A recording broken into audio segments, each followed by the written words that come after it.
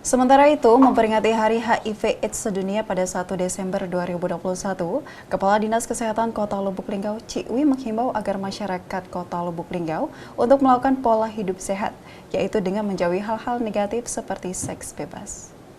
Human Immunodeficiency Virus atau HIV adalah virus yang menyerang sistem kekebalan tubuh. Infeksi HIV yang tidak segera ditangani akan berkembang menjadi kondisi yang serius yang disebut AIDS. Dalam memperingati Hari HIV/AIDS yang jatuh pada tanggal 1 Desember 2021, tepatnya hari ini, Kepala Dinas Kesehatan Kota Lubuk Linggau, Cikwi menghimbau seluruh masyarakat Kota Lubuk Linggau untuk menjalani pola hidup sehat, menghindari perilaku seks bebas, dan sebagainya. Karena potensi penularan penyakit HIV/AIDS masih cukup tinggi, jadi oleh karena itu, anak muda Kota Lubuk Linggau serta masyarakat Kota Lubuk Linggau harus tetap waspada. Ini jangan sampai terkena karena lebih baik menghindari daripada mengobati. Harapannya, bagi mereka yang melakukan perilaku yang kurang baik, perilaku seksual dan sebagainya, harus dihindari. Mana tentu itu petaka bagi yang melakukannya. Karena itu merupakan penyakit yang sudah jelas. Mari kita semangat untuk kita semua, khususnya ibu bapak yang menjaganya. Sebaiknya mereka melakukan pola hidup sehat dan berperilaku dengan baik dengan mengisi waktu luang dengan hal-hal yang positif.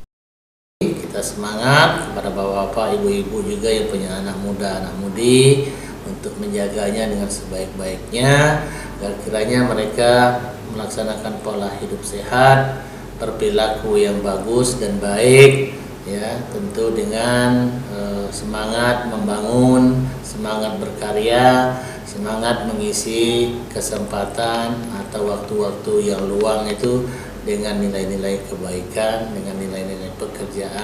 Yolanda Monika, Silampari TV melaporkan.